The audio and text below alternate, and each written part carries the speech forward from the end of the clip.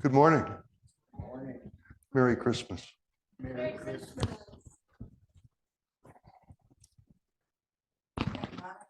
Happy Hanukkah, yes.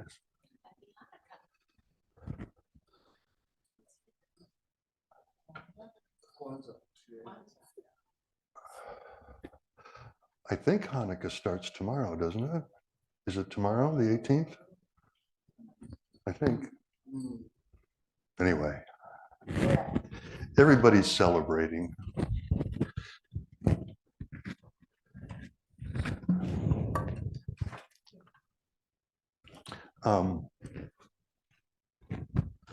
I brought my clock with me because my eyes aren't that good. So I wanted to make sure I didn't interrupt lunch. Can't have that. Let's take a moment and quiet down. Feet together on the floor in front of you. Sit up straight. Just allow relaxation to kind of flow down over your head and down your face. Cross your shoulders, loosen your shoulders, just relax, let everything go, let the tension go. We hold a lot of tension in our neck. Let your awareness fall down into the center of your chest, your heart, and then down into the lower abdomen, your hara. And just breathe for a moment. Just sit.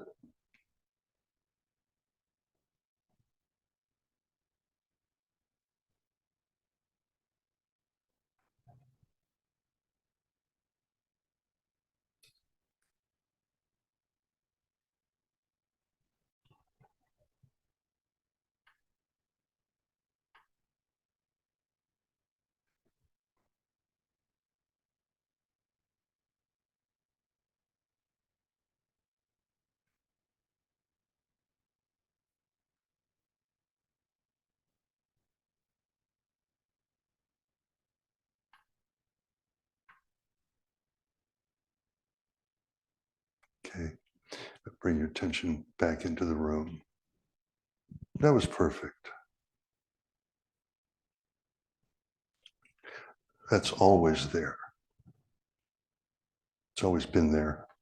It's there now, and it'll always be there. The title of what I wanted to talk about today is You Are the Buddha. Being unillumined, we have a lot of ideas about what that might mean. Generally, not exactly accurate. My teacher, I have two teachers actually, Gaugu in Tallahassee, has helped me a great deal. And then my more personal teacher that I have more contact with regularly, Reverend Vivian, who's a monk and priest from Shasta Abbey. She has a hermitage in the Sierras. And we have a Zoom meeting every week, and she's frequently there, and she's always available.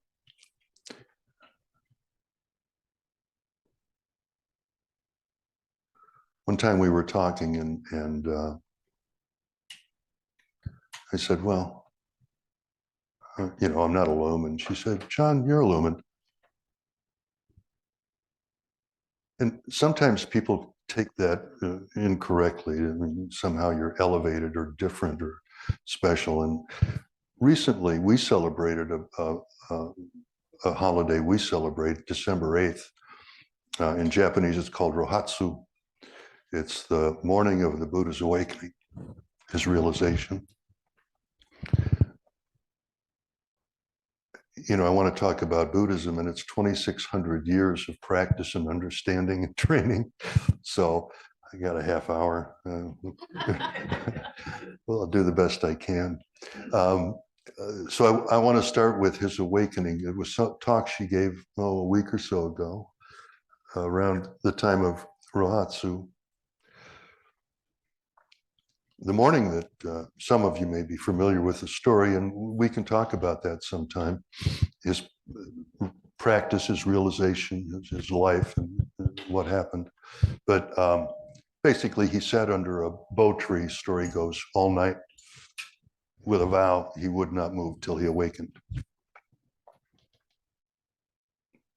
He'd been training as a monk in the forest for 6 or 7 years, harsh, rigorous, ascetic practices. It didn't answer his question.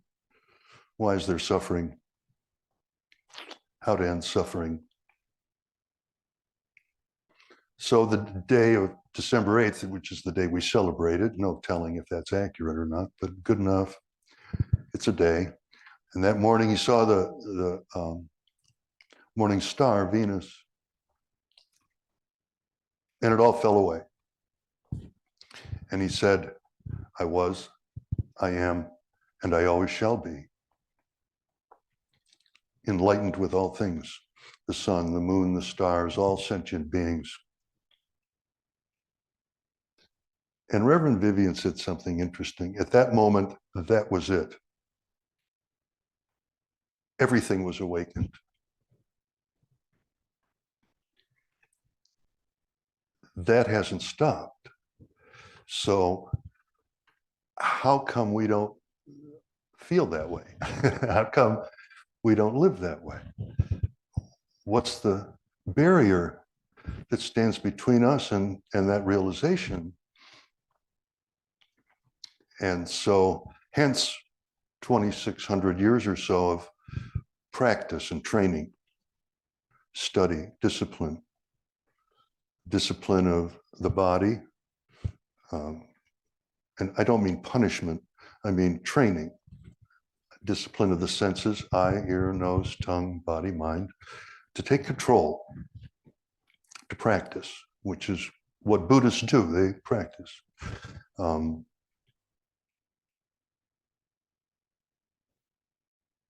gradually, things start to sort themselves out. There's 3 fundamental principles that all Buddhists follow. Anicca, anatta, and shunyata. Impermanence, emptiness, no self.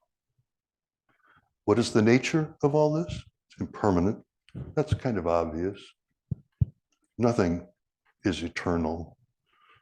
The universe seems eternal to us, but it's only 13 billion years old. I don't know how they know that. I'm not qualified to argue or debate, but it had a beginning. Theoretically, it'll have an end. Everything has a beginning, exists for a while, and then ceases to exist. Causes and conditions come together that bring something into being. A man and a woman met, fell in love, hopefully, had sex, certainly, and you're here. Causes and conditions, a moment in time, and you're the result of that. Everything is like that, impermanent. So that's kind of easy for modern people to grasp. Emptiness is something we struggle with because as Westerners, we think of void or non-existent, which is part of it, but emptiness means relationship.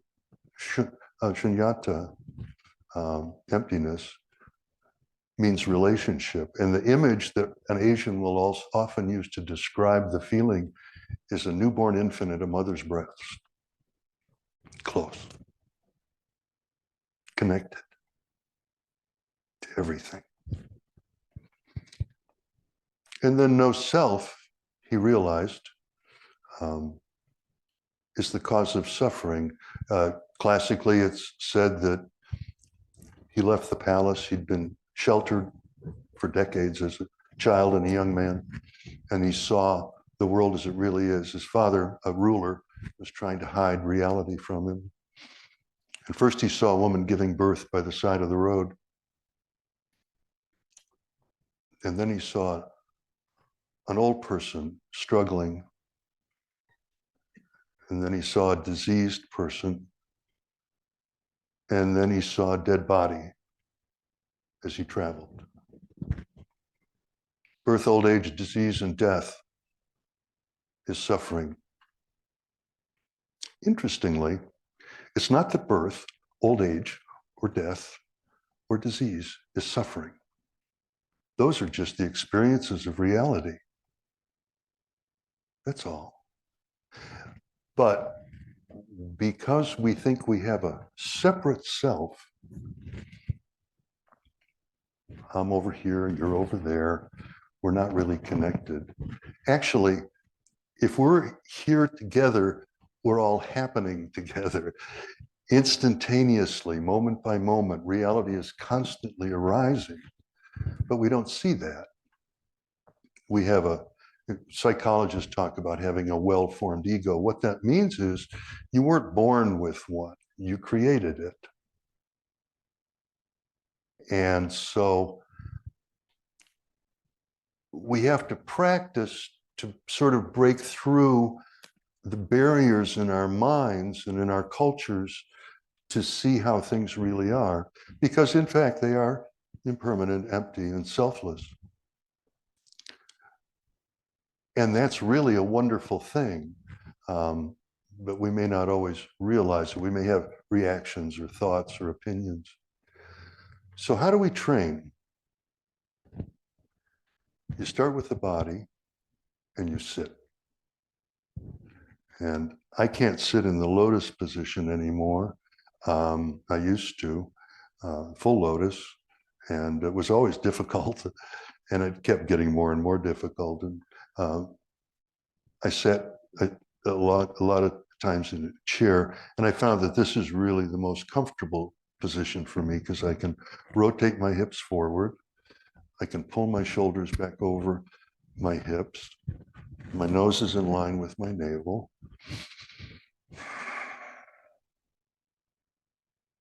And I just sit. Now, thoughts come up.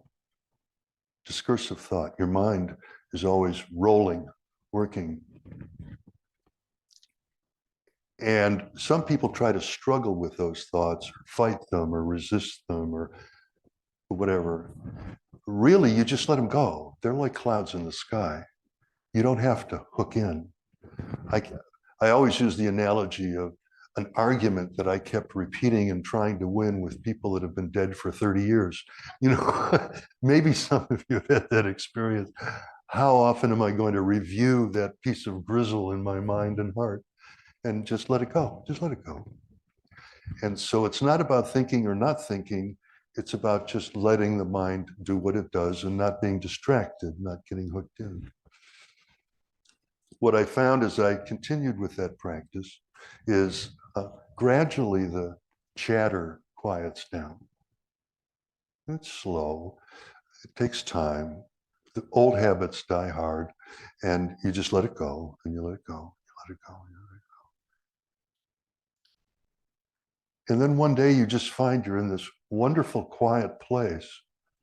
You're awake, you're alive, you're conscious, but there's no noise. There's no jangle, there's no edge, there's no struggle. So there's some practices. I talked with Reverend Vivian about what I should share about that process, because what attracted me to Buddhism initially and has constantly kept my attention, I just can't quit, is that there was something I could do, something this little person could do to understand, to begin to get something. Traditionally, there's 16 vows that we take, 16 precepts. And so the first, I'm going to run through those 16 quickly, and it's part of a practice. And so the first thing is to take refuge. And so we say, I take refuge in the Buddha. I take refuge in the Dharma. I take refuge in the Sangha. Buddha is the source of teaching, the one who awakened and is awakening and always shall awaken. The Dharma means the teaching. It means Dharma means thing, lowercase d. uppercase D means the Buddha's teaching, the Buddha thing. And the Sangha is the fellowship, the people that you're together with, the community. Those are the first three. And then the next three precepts are cease from evil, do only good, do good for others. Well, that's a lot. You know, you have to decide what's evil and what's not. You have to decide what's good and what's not, and what others need and what they don't need. It's not so easy. So that leads to the 10 great precepts. They're called the 10 great precepts. I will refrain from killing. I will refrain from stealing. I will refrain from coveting, craving, clinging. I will refrain from telling untruths, from lying. I will refrain from indulging in intoxicants. We'll come back to that one.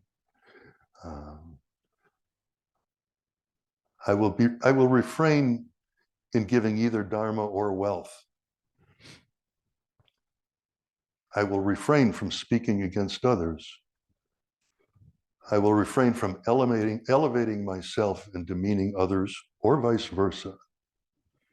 I will refrain from indulging in anger. I will refrain from besmirching the three treasures, the Buddha, the Dharma, and the Sangha. Sounds a lot like the 10 Commandments, but it's very different. First of all, it's not an instruction from an authority. It's the nature of reality. Those are the good things to do. Killing can be literally killing or metaphorically killing. You can kill someone's spirit. You can kill someone's joy. Those are all kinds of killing. Stealing, lying, coveting, indulging in intoxicants. Why was the Buddha against alcohol or drugs? He was asked and he said, it makes you heedless. You should stay aware, you should stay present. So those 16 principles are the principles that lay practitioners practice. I think the monks have hundreds of precepts. The bodhisattvas do. It gets quite detailed. What that's about is disciplining ourselves and recognizing when we make a mistake. To kill, to lie, to steal, to covet, all of that list of things is a mistake when we fail to live up to our vow. It's an error. Sometimes we see it quickly, sometimes it takes a while, but gradually we see. The way it was explained to me is, this is the spontaneous nature of a bodhisattva. That's a realized human being. They naturally do these things. That's their nature. It was a little bit like one of the teachers I listen to sometimes would say, somebody say, well, that's kind of like fake it till you make it. And that's right. It is. You know, if it walks like a duck and it talks like a duck and it, you know, flies like a duck, well, it's probably a duck. And so we train ourselves, we practice not to run a guilt trip, but to see our error. So sometimes you've heard those things before, perhaps you may agree with some of them, and yet you'll do something, you know, that's not fruitful. Maybe you hurt someone's feelings. You spoke sharply to your spouse or your child or neighbor, or you were selfish or self-centered or whatever it may be. It kind of comes up in your experience and you realize, oh, I can do that better. I don't have to do that. And you apologize or you try to make amends somehow and correct it. So gradually, we train ourselves.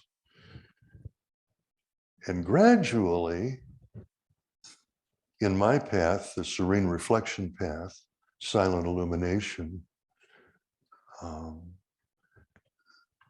you begin to see bits and pieces and things start to fit together, and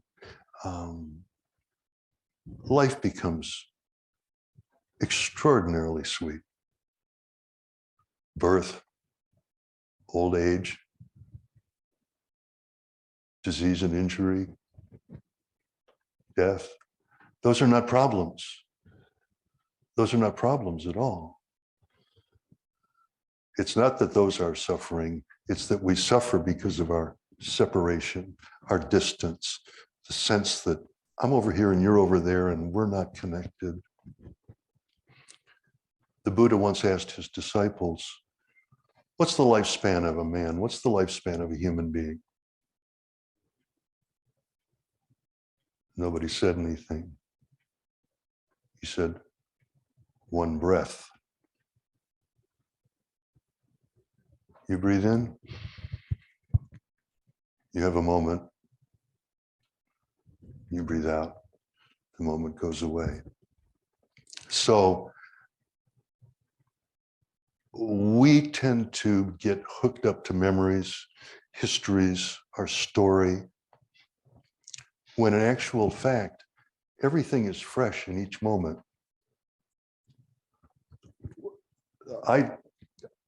I describe it a little differently. What's the one thing that it always exists and the only thing that exists? Now. Everything you think, everything in your memory, all those past experiences, frankly, they're questionable. Eyewitness testimony is the least reliable. So you think what you think, and you've had what you've had, and you've experienced, but that doesn't even exist anymore except between your ears. You think about the future and you plan, and there's nothing wrong with that. But you hope and you dream and you have fantasies, and that doesn't exist. What exists is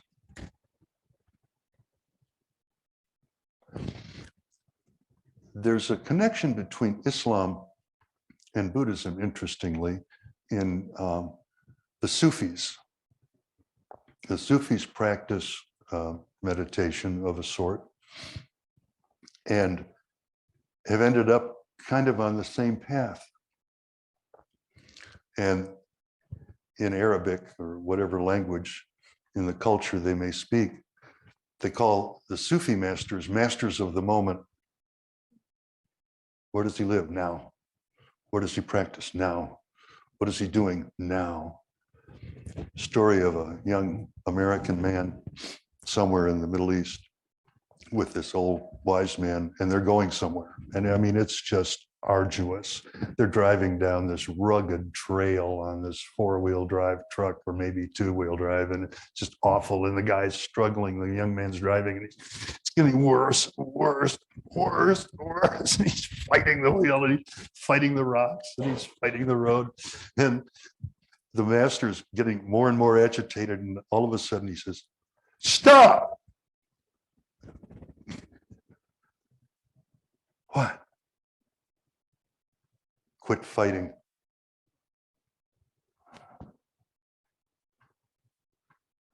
And all of a sudden, the road smoothed out. he was going with the way of the terrain. He was just, and everything was fine. When? Now. What'll happen tomorrow? Don't know. What happened yesterday? Doesn't matter. Right now, here in this moment, you have the opportunity to practice. You have the opportunity to train. You have the opportunity to realize you are a Buddha. All sentient beings, every living thing has Buddha nature. But there's only one nature. It's Buddha nature. What is the nature of Buddha nature? It's transitory, it's impermanent, it's empty, and there is no self. That's really hard for us to grasp. So don't. There's no need to grasp it. It doesn't arrive through intellectual understanding. It arises out of your base consciousness. As I'm 77, I'll be 78 next year. In some states, I'm considered a collectible. I'm an antique. You know, I have papers and everything, you know. But I've been around a while, and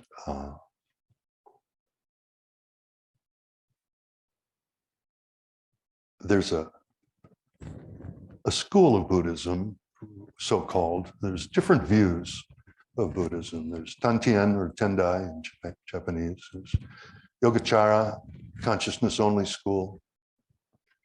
There's Chan, there's Zen, there's all these different views.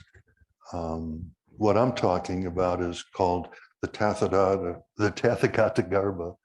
The Tathagata is what the Buddha referred to himself as. The becoming one, always becoming the Buddha. And Garbha is Sanskrit for womb. We all possess the womb of the Buddha within us.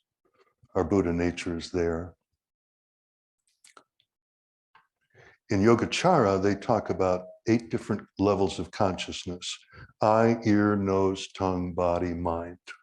6 basic levels: eye consciousness, ear consciousness, taste consciousness, aroma consciousness, sensation consciousness, mind consciousness. The 7th is the problem. The 7th is the ego consciousness. The 8th is the solution. It's called alaya. Alaya is where all your seeds of karma exist. Things that you've done in previous lives. Some people believe that they've lived before in bodies as human beings. Others look at it as each moment is a life. I figured it out one time. I think I've had like 2 billion, some hundreds of millions of moments. Those are lifetimes, those are lifespans. And each one of those moments, karma gets created or not. So alaya consciousness is storehouse consciousness, it's base consciousness. So as I've gotten older, I mentioned that, and the reason I mentioned it is because I can better recall early memories as a child, as a boy, childhood things, flashes. Maybe some of you have those experiences. I can remember being 2.5 and 3. Recently, I remembered before I had an ego, I was empty. There was nothing going on between there. There were other beings going blah, blah, blah, blah, blah. I didn't see any of it. I didn't speak English. I was just present. Alaya consciousness. We're born, when you see a baby, a newborn baby looking, just, it understands nothing. It's just taking it in, taking it in, taking it in, taking it in. Amazing.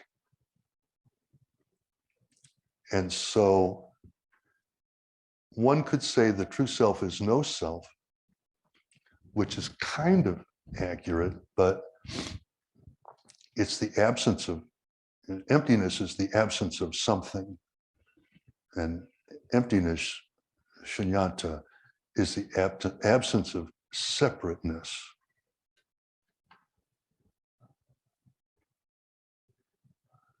We arise together and we depart together in this moment. And so the practice then to begin to understand that is to take those 16 precepts as a basis for your awareness and begin to sit. And start with just a few minutes in the morning. Gradually, you might feel comfortable. Extend that further in time and just let yourself rest in that base consciousness, that empty awareness of all that is. You can hear it, you can see it, you can smell it, you can taste it. It's outside you, it's inside you, it is you.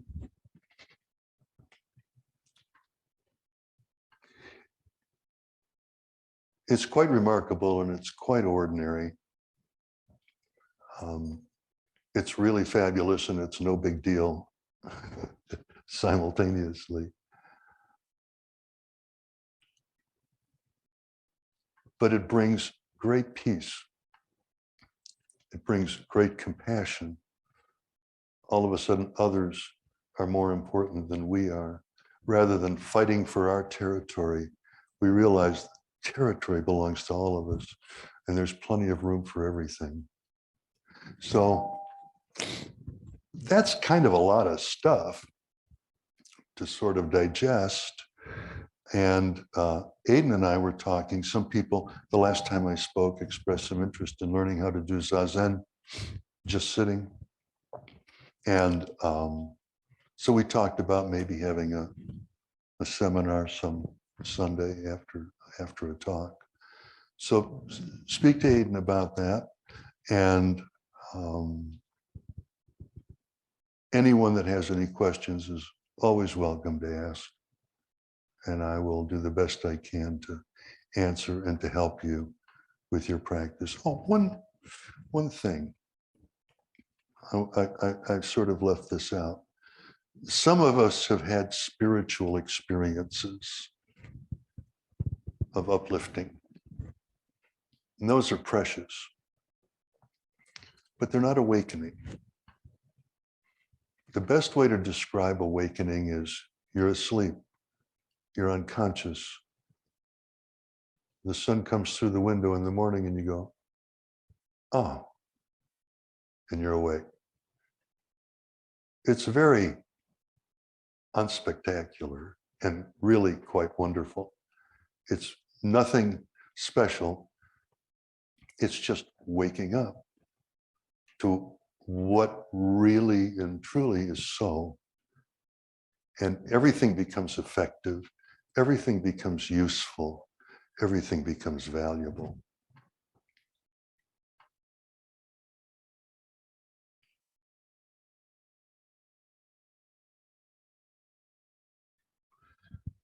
Have I said anything that disturbs anyone?